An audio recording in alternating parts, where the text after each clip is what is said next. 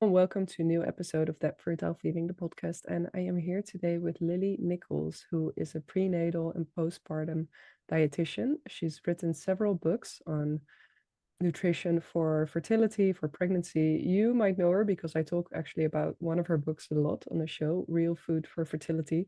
It's the book I recommend everyone gets, especially if you're worried about your diet and the effect that that might be having on your fertility, if you have questions about supplementation. I say just get the book. It's so much cheaper than doing consults with fertility experts out there who are basically just using the same information. So welcome, Lily, on the show. It's such an honor to have you here. And thank you so much for having me on. I'm happy to be here. And can you tell us a little bit about who you are and what you do and how you, ended up being a prenatal dietitian? Yeah, so I mean, my journey was a little bit the path wasn't completely clear, right? I didn't set out thinking that I would end up in the prenatal space. I initially wanted to go into nutrition because I wanted to help reform child nutrition guidelines in the country. Like if we could improve the policy and better school lunches, maybe we'd improve Mm, childhood health. But it kind of came full circle when I completed my training and my formal internship. I started working with an organization called the California Diabetes and Pregnancy Program. And it was there that I learned that childhood metabolic health, children's risk for diabetes and obesity actually can come all the way back to the mother's health during pregnancy, mm, arguably preconception, but at that mhm, time, just like during pregnancy, a mom's blood sugar levels, what she's eating, and all that, how well her gestational diabetes is managed, essentially can change the way that that baby's pancreas and mitochondria and insulin production and insulin sensitivity is set pretty much for life. Not that it's a guarantee they're going to have a negative outcome if mom's blood sugar isn't picture perfect, but it does increase the likelihood anywhere from 6 to a 19-fold increase of developing type 2 diabetes by the time they're a teenager. So mm. it's a substantial impact, and it's an area where we can intervene and make like huge strides at improving childhood health.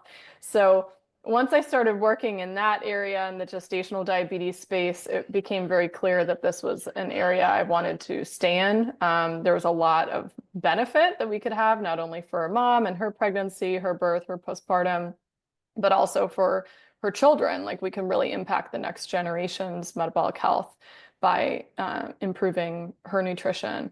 Um, then it kind of, after working clinically in the area, you start to like put the current guidelines into practice nutritionally and find, okay, these don't actually work quite as well for controlling blood sugar as we would hope, Mm. which opens a whole can of worms into, well, what can we do differently? And that's what led to my book, Real Food for Gestational Diabetes, which essentially outlines, a different nutritional approach for managing the condition that works much better.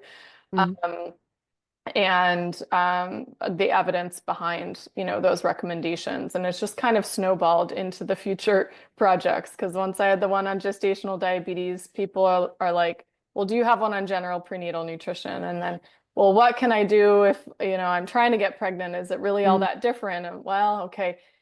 There's a lot of overlap with all of them, but there's also so many additional rabbit holes and detailed information and research to go into on each of those topics. So it's kind of gotten, a mind of its own over time. Yeah. Yeah, I love that you're saying it's so important to have your diet straight even before you're trying to get pregnant, that will affect the future generations. And what I'm noticing now, so firstly, that the way I was eating, I thought I was eating really healthily. And then I read your book and I'm like, everything I learned about food is basically wrong, about eggs, about meat, about fats. And the second thing I'm noticing now is that now that I am a mom, it also, knowing this, it helps me create a healthy diet for my kids as well. So it's not just about giving them that head start, that good head start by my own diet in pregnancy, but also, making sure they have their eggs in the morning, that they get enough protein in throughout the day.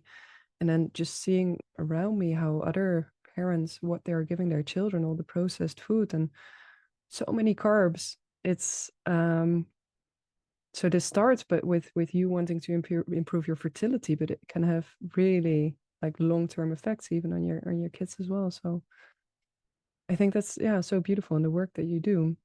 Did you also notice it because I know that you're a mom? So did you also notice that on your own journey, or was that did that sort of happen simultaneously that you started looking into the food for prenatal phase for fertility and becoming a mom yourself? I got into the prenatal space before I became a mom myself. So certainly it had played some sort of role because I had already been uh, very tuned into the role of nutrition in maternal health, both leading up to, during, and after pregnancy. But there's something about going through it yourself, I think that opens your eyes to Mm. a lot, right? Um, I think I kind of went into it feeling a bit like bulletproof, like, oh, well, I've been like eating nutrient dense ancestral real food for so long, that this is going to be, a breeze. And Hmm. I mean, I guess compared to some people, it was an easier pregnancy, than many. There were no complications or anything. But pregnancy really does invite a or requires maybe that you surrender to things that are out of your control. It's kind of an initiation into Mm. motherhood. Um, so, even though I didn't have terrible nausea, I didn't feel great in the first trimester and wasn't able to eat all the things that I would have liked to. I Mm. can't couldn't sit down and have like a, you know, salmon salad or something. I needed to make adjustments with what my body would tolerate. Mm. Um, Postpartum was another initiation, sort of, I think, for so many first-time moms. You go into it putting a lot of energy into planning the birth, Hmm. and I didn't put enough energy into planning the postpartum.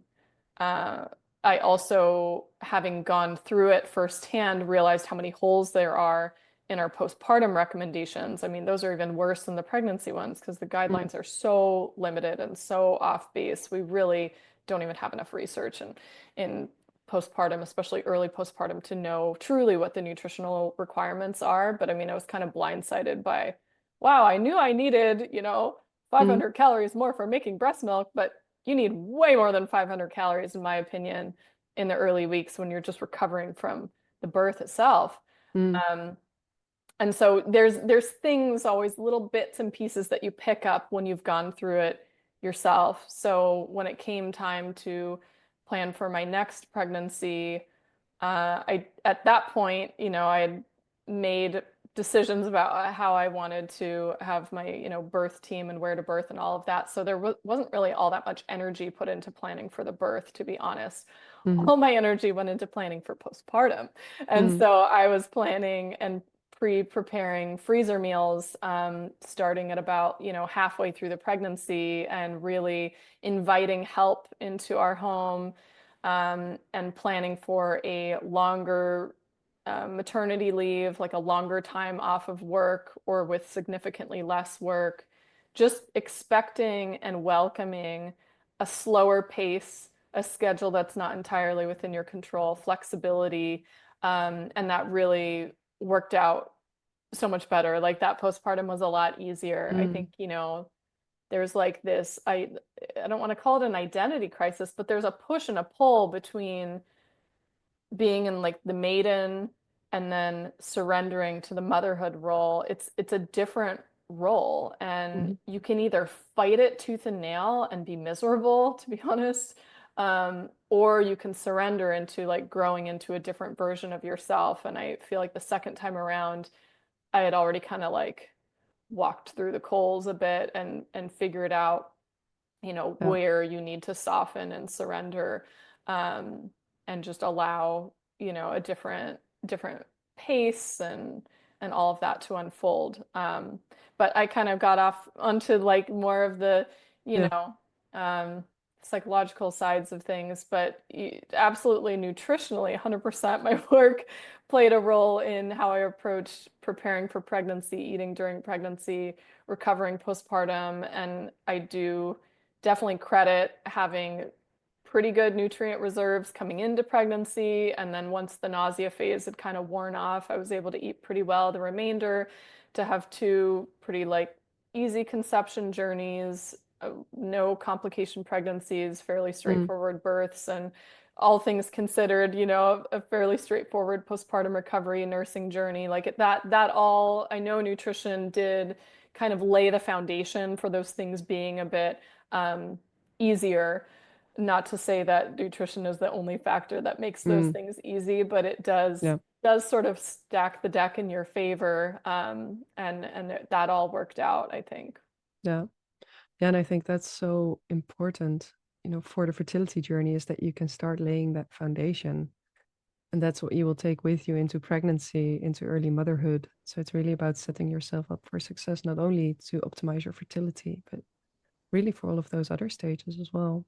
Yeah. And what I love about your book also, so Real Food for Fertility, um, is that it's not so much about restricting foods, but it's really about helping women redefine the way I think they relate to food. And but maybe that's a good question to you. Like, what is real food and why is it important for fertility? Yeah, so there's all sorts of different definitions for real food. For me, I take it as food that we're consuming in a way that has not been processed and altered in a way to reduce the nutritional value of the food. So I think a really easy way of thinking about it is from the standpoint of like refined grains, right? We have our whole grains, like oat groats, the whole oat or whole wheat. And then you start layering in all these different variations of processing until you end up with white flour that's completely devoid of the original vitamin and mineral content. Mm, Um, you can take it a step further by looking at animal foods. You have an egg that comes straight from the chicken. It has the white, it has the yolk. If you take the yolk out, you're taking out a portion of the nutrients in it. With the chicken. You could cook a whole chicken. You can also save the organs and cook the organs. After you roast it, you can consume the skin or not. You could save the bones and make broth or not. The way in which we approach meat so often now is just having the like styrofoam packaged boneless, skinless mhm, chicken breast and like none of the other bits. And mhm, so it's not that boneless, skinless chicken breasts are bad for you. Sometimes I buy boneless, skinless chicken breasts if it's what I need for a recipe or whatever. mhm, But it's just to say that when you're not eating all the parts that would have come with it, nose to tail, you're not getting the same, nutritional value. Um, so I'm not like anti, you know, processing foods necessarily, because sometimes there's a time and a place where you need egg whites for a recipe or you need chicken breast for a recipe. mm, Um, but just making sure that you're getting all the original parts in some way, shape, or form so you're not missing out on key nutrients. And mm, there's also variations of processing that actually enhance the nutritional value. So it's not that food processing is always bad. Sometimes when you take a grain, for example, and you grind it into flour and then ferment it as part of making sourdough, you're actually enhancing the nutritional value and the digestibility. So that's an example of processing that's working in your favor. But the place we're currently at least in the US, is that foods that we call ultra processed foods, they're not even really food because they're all these like isolated, derived, extracted ingredients. You have your white flour, you have your high fructose corn syrup, you have your food dyes and flavorings, and they're not mhm, even, there's no micronutrient content. Vitamin and mineral content is just gone. It's just empty calories. It's the definition of empty calories. mm, Currently, we're at a place where 58% of calories in the average American's diet comes from ultra processed foods. And if we can just make a dent in displacing some of those ultra processed foods mm, with single ingredient whole foods, your chicken, your steak, your eggs, your broccoli, your lettuce, your cauliflower, what I don't even care what it is, as Mm, long as it's like a actual whole food, will make huge strides in improving overall health because you've taken away a so-called food that has no nutritional value and replaced it with something that is providing your body with vitamins and minerals that it needs to mm, thrive. Um, so that's kind of like the gist of real food and mm. how it might compare to some of the processed or ultra processed items. It's just about getting the most bang for your buck with every bite that you consume. And what are some of the key nutrients that we're missing that you see in research also that are good to take into account? I mean, there's a lot. So first of all, you had mentioned protein earlier. Protein is a major one that we find, most, not all of our ultra processed foods are lacking in protein. Most of them are just super refined carbohydrates or sugars and low quality fats, right? Mm, And they're usually not a super dense source of protein. And that's one of the areas that our guidelines have really missed the mark on, is they don't recommend enough protein. And when you aren't getting enough protein, you don't feel satisfied and satiated after eating a meal. Your blood sugar is not stable. You don't have great energy. Your mental health, your mood suffers. mm, But also when we look at our protein foods as they come, in their whole form, they're also really, really rich in a lot of different vitamins and minerals. So it's more than just the protein or the amino acids that make them, but it's also looking at the vitamin B12 and the iron and the zinc and the choline and the vitamin A, like all these different nutrients that we find highly concentrated in protein-rich foods. mm, Um, as you start to dig into, okay, well, what are the roles of these different micronutrients? What do they do? You look at vitamin B12, for example. Vitamin B12 is really vital to a healthy, functional nervous system. It's required for forming the myelin sheath that covers our nerves, that helps with like conducting nerve transmission. So your brain says, hey, lift your finger, and then your mm, body's able to do it because your nerves are all functional. mm, Really important for memory, for brain development in children, for healthy red blood cell production. People think of anemia as only being an iron issue. It's not only an iron issue. You can have other nutrient deficiencies, B12 being one of them, that can play a role. So mm, B12 is vital, and that one's only found in animal foods.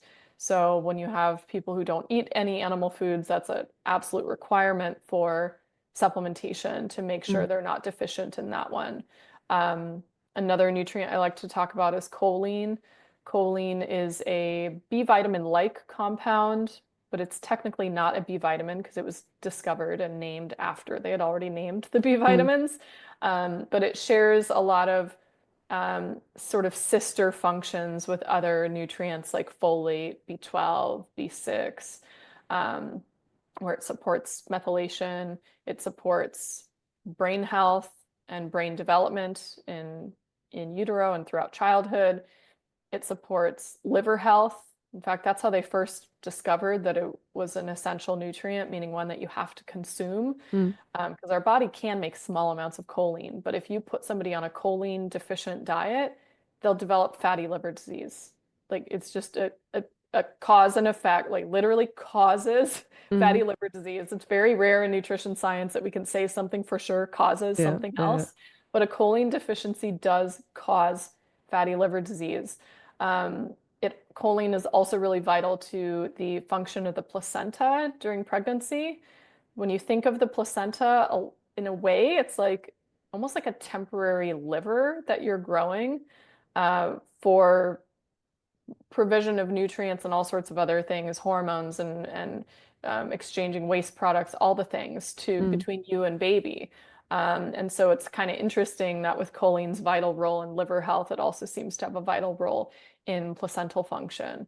So we have, really cool data now on choline where they've looked at a group of women where they had on a choline intake that matches the what our current guidelines say is the required amount, and then another group gets twice that amount. during pregnancy. They've now followed the children of these women, so these babies were exposed in utero to the different levels of choline. And at every time point that they've tested them, the data has now been published through age 7. The children from the high choline exposure group have better brain function, cognitive function, information processing speed, reaction time, like, Mm, and this held true regardless of what they ate or how they were fed in infancy and childhood. So that shows that there's a key time period in utero that is mm, imprinting and affecting, the structures of the brain, which yeah. is really fascinating. And now the thing about choline that is a bit of a problem for our guidelines is that our most choline-rich foods are often foods that we're told not to eat much of because they're foods that have cholesterol and saturated fat. So the top two sources of choline in the diet are egg yolks and liver and organ meats. There's other, misdirected reasons that they might tell people not to consume liver, Mm, but nonetheless, it's like those two foods, if you're not, especially eggs, because we can eat such a higher amount of eggs than you can liver and organ meats. mm, I mean, half of the choline intake in a typical American's diet is provided by egg yolks specifically. mm, So it kind of becomes a bit of a problem if we have guidelines that are really going hard on limiting saturated fat and cholesterol, and yet these animal foods are the primary source. Shows we have room to improve those for sure. yeah. Yeah, because that's what I remember from when I was younger. Like I was told not to eat too many eggs, also not to eat any butter, any other saturated fats, I think. And that's what I then found in your book is that those are actually really important for hormonal health. Right. So yeah, you look at your, sex steroid hormones, estrogen, progesterone, testosterone, they're all built on a cholesterol backbone. So if you don't consume enough, and again, yes, our body has the ability to make some cholesterol, but if you don't consume enough Mm, dietary fat and cholesterol, it does affect hormone levels. So I go through some of those studies in Real Food for Fertility where we have data where they put women, or in another study, they put, I believe it was like pre-adolescent and adolescent girls on a low-fat diet and then looked at what happened to their progesterone and estrogen levels, and they're like 20 to 50% lower. mm, So it does absolutely affect them. We need the raw materials to even make the hormones in the yeah. first place. But furthermore, assuming those nutrients, the saturated fat and cholesterol, are coming in from whole foods, you can't throw the baby out with the bathwater. There's other nutrients that are in whole foods that naturally contain saturated fat that are beneficial for hormonal health, liver function, detoxification, all the things. So you can't really separate the two. We've Mm. had decades now of unfairly demonizing certain foods, and I believe it is playing a role, a detrimental role, in fertility overall, as we're seeing fertility issues skyrocket. Hi there. I'm just breaking into this really interesting conversation about how we've spent decades demonizing the very foods that actually build our hormones, because I feel this discussion is just one thread in a much bigger unraveling. So much of what we've been taught about our bodies, our wombs, our worth has been upside down. And our healing isn't about fixing, it's about remembering the deep truths we carry within ourselves. That's exactly what my upcoming program, The Sovereign Womb, is about. It's about seeing how systems of oppression, medical, cultural, religious, have shaped the way we relate to our bodies and how we've internalized those systems and messages without even realizing it. That's why it's so important to start listening again, not to the outside noise, but to the voice within, to your womb, to your knowing. The Sovereign Womb is an invitation to reconnect with a power that was never truly lost, just forgotten. Doors to the Sovereign Womb open Monday, May 12th. And if you sign up to the waitlist before then, by Sunday, May 11th, you'll receive an email with a special early bird prize. Head to thatfertilefeeling.com/womb to join the waitlist and access the early bird bonus if you're listening before the launch. And if you're tuning in after May 12th, The program is live and ready for you at thatfertilefeeling.com/womb. I'm so looking forward to connecting with you in the program. And for now, let's get back to the episode. What are some of the fertility enhancing foods and nutrients? Well, eggs with the yolks are certainly on the list for Yeah. reasons I already mentioned. Liver and organ meats are also on that list as well. Arguably some of the most nutrient-dense foods that we have. Mm-hmm. And they have choline, they have iron, they have zinc, they have B12, B6, folate, selenium. Um, I mean, you could go on and on. They have a huge array of nutrients, not to mention their amino acid content that is beneficial to fertility. Even the nutrient that makes people concerned about consuming them, vitamin A, Mm-hmm. plays a really vital role in fertility for both male and female fertility. And a lot of our concerns on that have been overblown and also kind of mixed up with data we have from synthetic vitamin A supplementation at really high doses. So, while I do think, we need to separate the two because they Mm-hmm. are different, we need to look at it from an ancestral perspective as well. We always consumed all parts of the animal. Mm-hmm. And yet, when you look at the amount of liver that you get relative to an animal, if anyone's ever done like a cow share, for example, you say you get like half a cow and then you get half a liver. Okay. You may be getting hundreds of pounds of meat and a couple pounds of liver, right? It's Mm-hmm. something that we're not going to be consuming in massive quantities, but in normal ancestral quantities, it's beneficial and a non-issue. So, approximately 3 to 6 ounces per week on average is where I fall on that one. Um, Fish and seafood, highly beneficial for fertility. The omega-3 fats in there, EPA and DHA, are really vital to both egg and sperm quality. You can see pretty substantial differences in pregnancy rates and time to pregnancy in communities where couples are consuming more seafood. So the ones who eat more seafood generally conceive faster than the ones who don't. And it's not just the omega-3 content. There's other nutrients, especially the iodine in seafood, that is Mm-hmm. highly beneficial to fertility. Sometimes you can look at some of the animal research and get a little more insight. In dairy cows, for example, if there's Mm-hmm. issues with ovulation, they give the dairy cows an iodine supplement, and Mm-hmm. ovulation kicks right back on, right?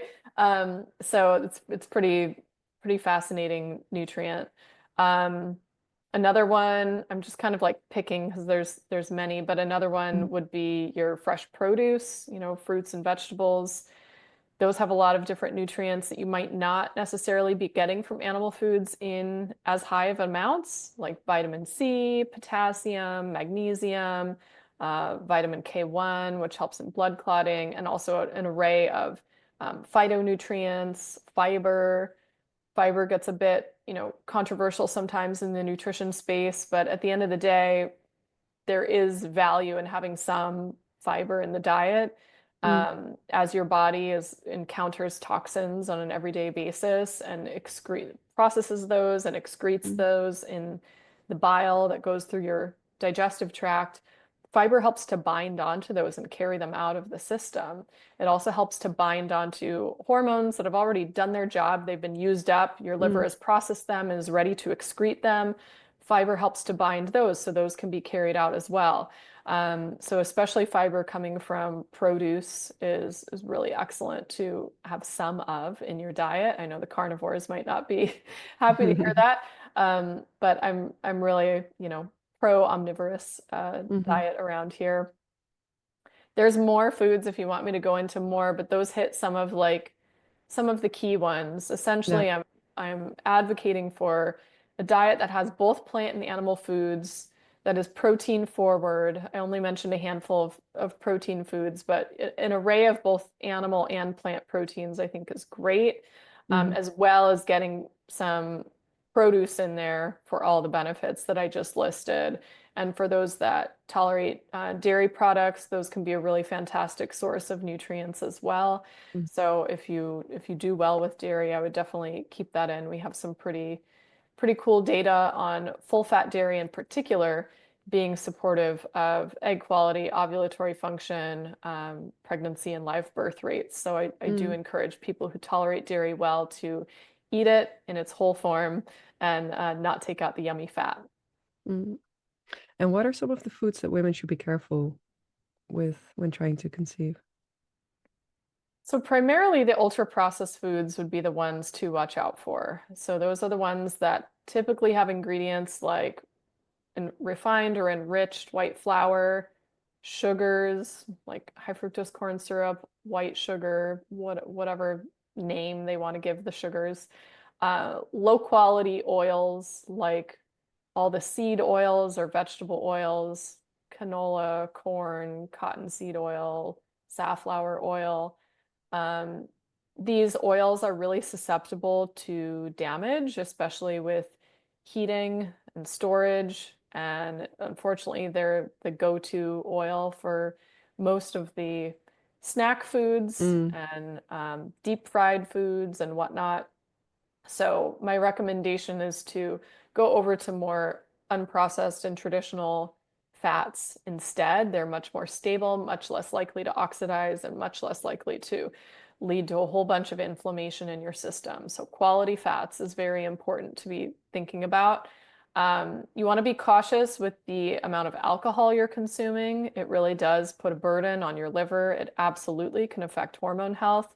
And it's also not providing you any nutrients, right? So, Mm. if you have the opportunity to, cut down on the alcohol and just choose, alcohol-free drinks, have a bubbly water with some lime or something in it. Mm. But just cutting back on the alcohol can make a big difference. I think an occasional glass of wine or something I'm not really too worried about, but it's the individuals who are having alcohol like almost on a daily basis or several drinks at a time that it can Mm. become problematic. Mm. Caffeine is another thing that can become problematic in excess. And this really, there's, very individual differences in how people process caffeine.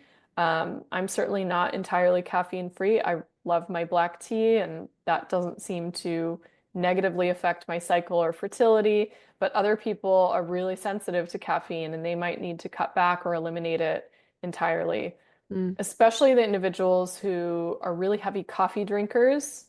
And particularly when coffee is taking the place of breakfast. Mm. That became super popular with the intermittent fasting craze of the last, 10, 15 years, where people were just doing coffee in the morning instead of breakfast. Mhm. And it really sets you up for dysregulated cortisol levels. It's a stressor on your body, Mm. to not have food and only be running off of caffeine and stress hormones.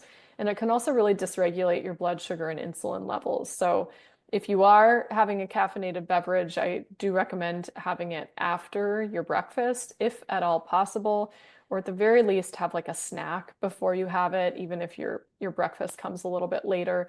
It really helps to like temper the cortisol surge that you can get from caffeine. Mm.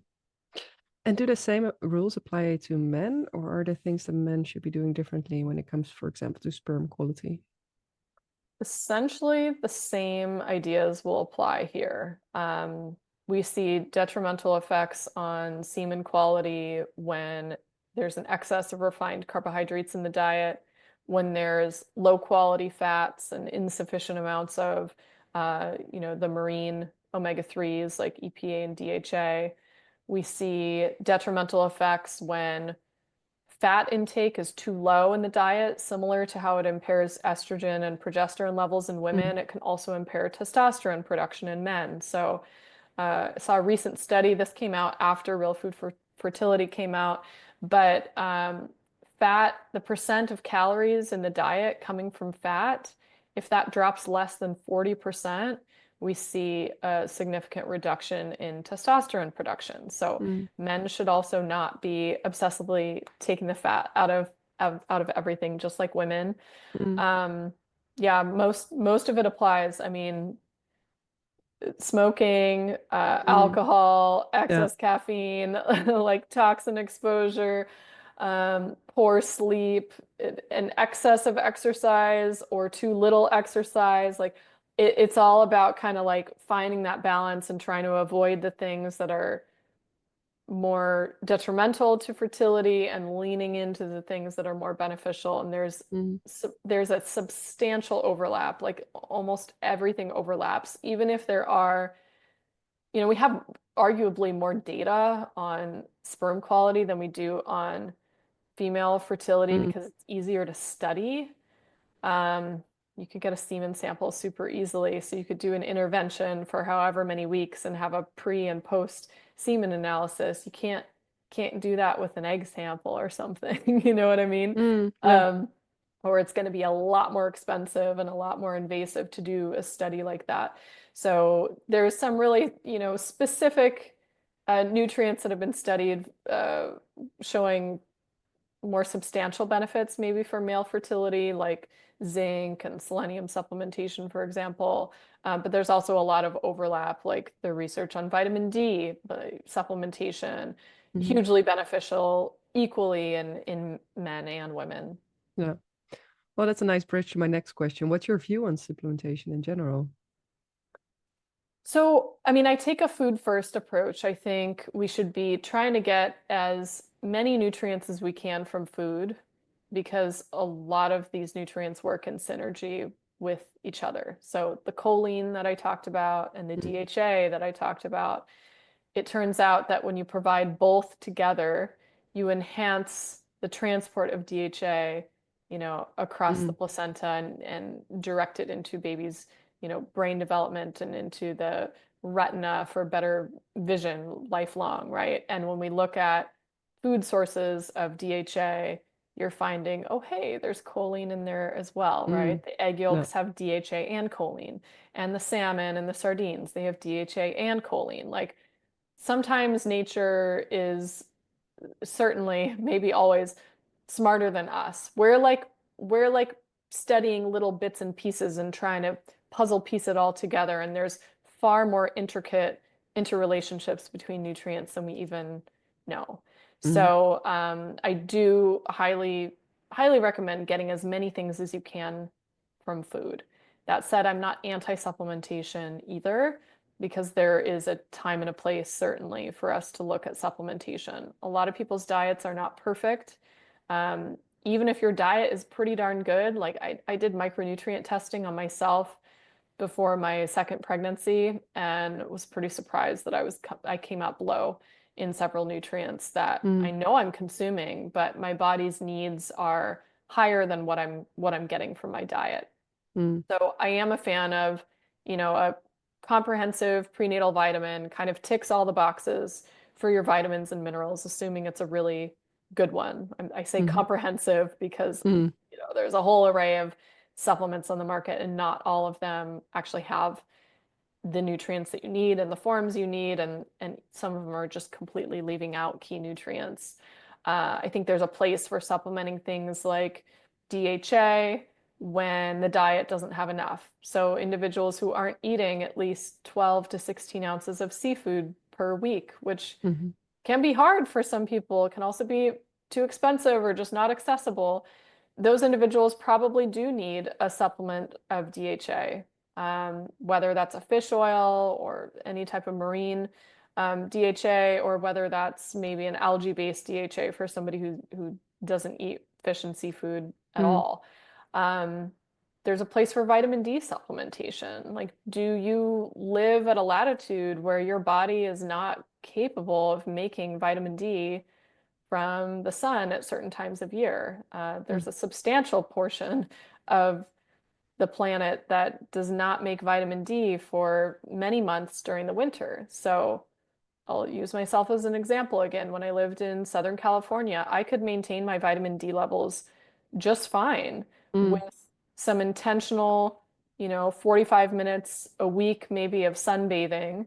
I could keep my vitamin D levels great all year round. And Mhm. then I moved to Alaska. There was Yeah. there's no chance, right? Yeah. Even getting sun exposure in the summer on the days that it might be warm enough to be in a short sleeve shirt.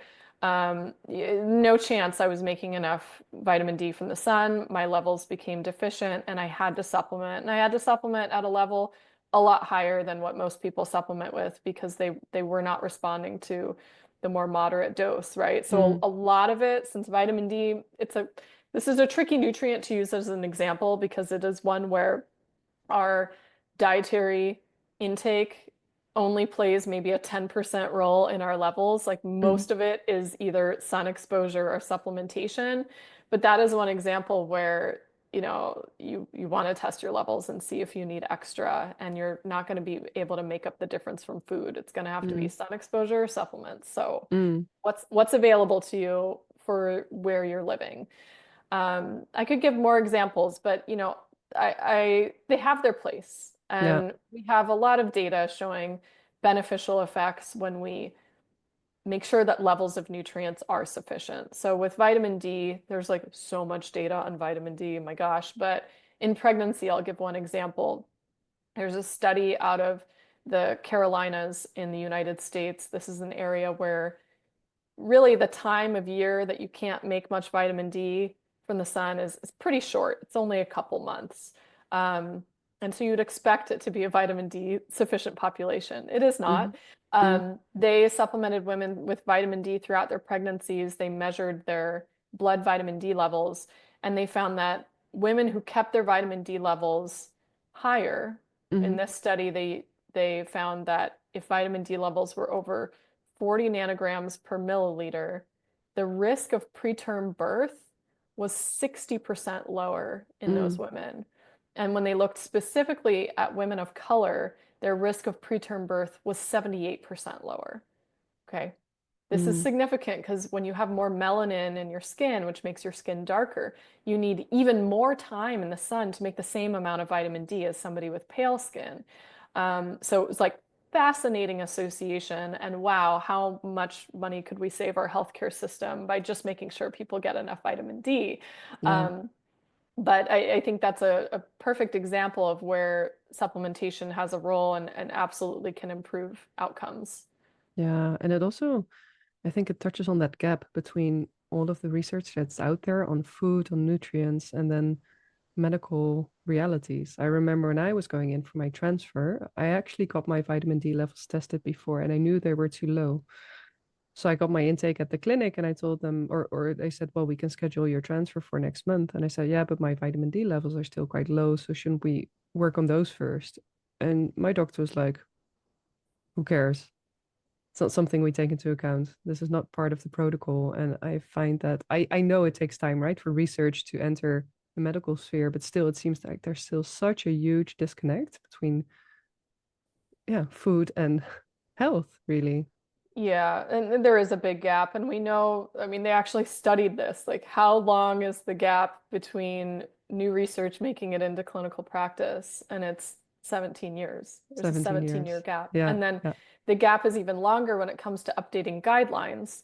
And of course, the guidelines often guide many clinicians' way in which they practice and their recommendations. So yeah, when you're looking at, hey, 20, maybe 30 years sometimes before mm, those things change, it's hard. And I think a lot of clinicians, I mean, they are doing their best, but it's a lot to keep up with the new research. It really is. yeah, And I think until people see things with their own eyes, it's just very easy to dismiss nutrition as playing a role in anything. yeah, Um, it entirely depends on the mindset of the practitioner, whether they take that seriously or whether they're kind of dismissive about it. yeah, So, yeah, I'm hopeful that those things will change over time. There's certainly more clinicians now who are really taking it seriously because I mean, you could just see the benefits right before your eyes. Wow, mm, look at the yeah, endometrial thickness of this client before her transfer versus that one because she's been on this nutritional protocol. I know, some fertility doctors have supplementation protocols and things that they have their clients on beforehand, but it's certainly not everywhere. Not everybody is no. doing that. Well, and that's what I love about your Instagram page is that you show us your reviews, the testimonials you get from women, and the difference that your work has made, really.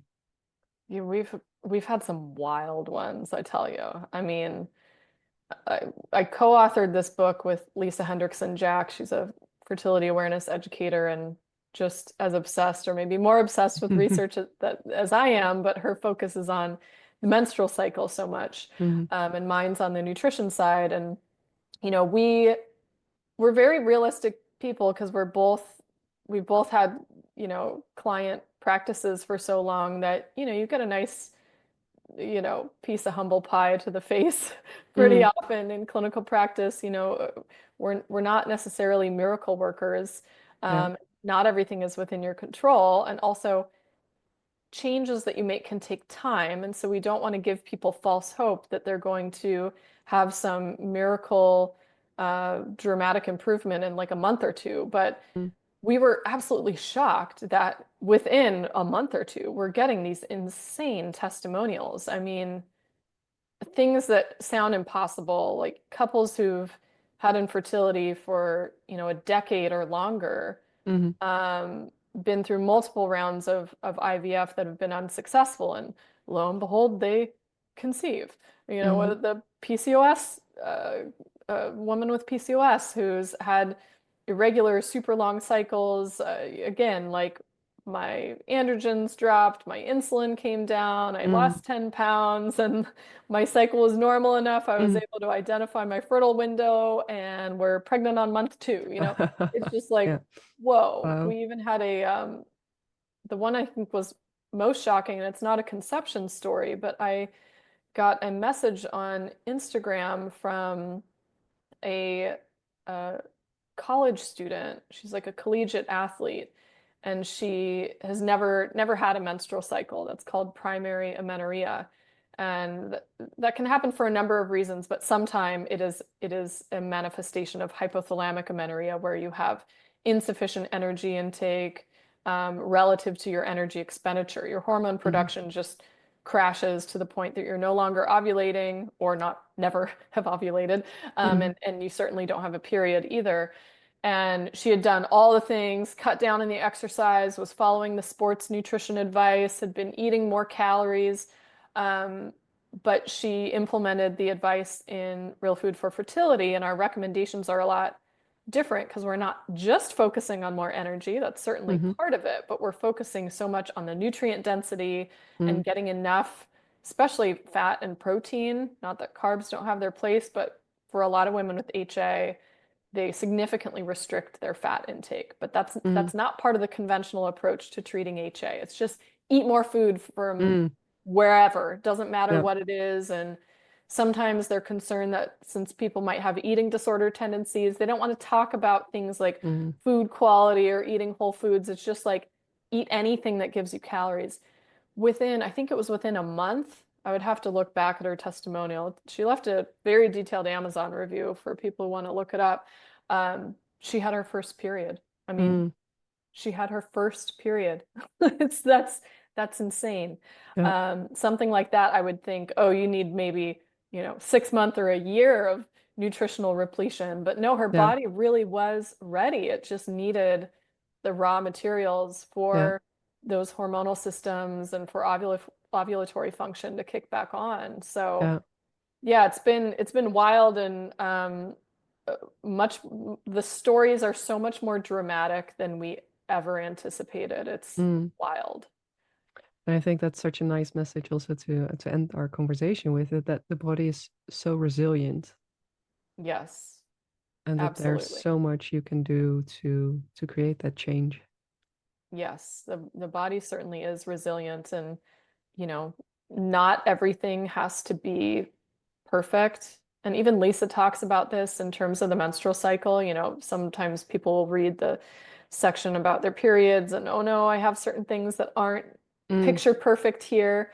Um, and yet you still can conceive in any cycle that's ovulatory. As long Mm. as an egg is being released, there is still a chance of conception, even if all the parameters are not perfect. And Hmm. likewise with the food side, even if all your nutrient levels are not perfect and there's still some toxins coming in over here, and maybe your sleep isn't perfect. You have a toddler at home that's waking you up multiple times a night, and oh no, like it all like honestly does not all have to be perfectly aligned for it to Mm, happen. And sometimes the body's just waiting for like that little shift in the right direction to hmm allow conception to happen in that cycle. And, we don't have all the answers, right? mm. At the end of the day, it's still a miracle It's that the we mystery can of conception. conceive Yeah. and grow new life, right? Yeah. Yeah. Well, thank you so much for a beautiful conversation. And if readers want to find out more about you and your work, where can they find you? Yeah, so you can find me on my website, Lily Nichols RDN. The books tab has where you can find the different books. We do have I have separate websites for all the books, but Real Food for Fertility is at realfoodforfertility.com. Hmm You can download the first chapter for free there if you just want like some insight into mm where we kind of go with this book and see if you like the tone in which we write and all of that. You can get the first chapter for free there. Um, we also have the full reference list from the book available for download there. There's, mm over 2,300 citations, so it's like a mm. 200-page Yeah. document. We decided to make it a PDF download instead of Yeah.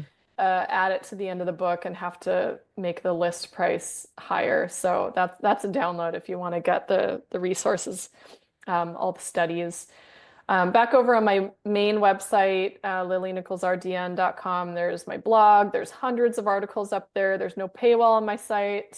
I'm not on Substack or anything like that. Mm, So do check that out. And then as far as social media land, you can find me mostly on Instagram. My handle is Lily Nichols RDN.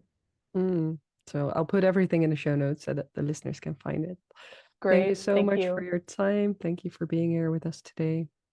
And Likewise, it was a lovely conversation. Thank you. thank you.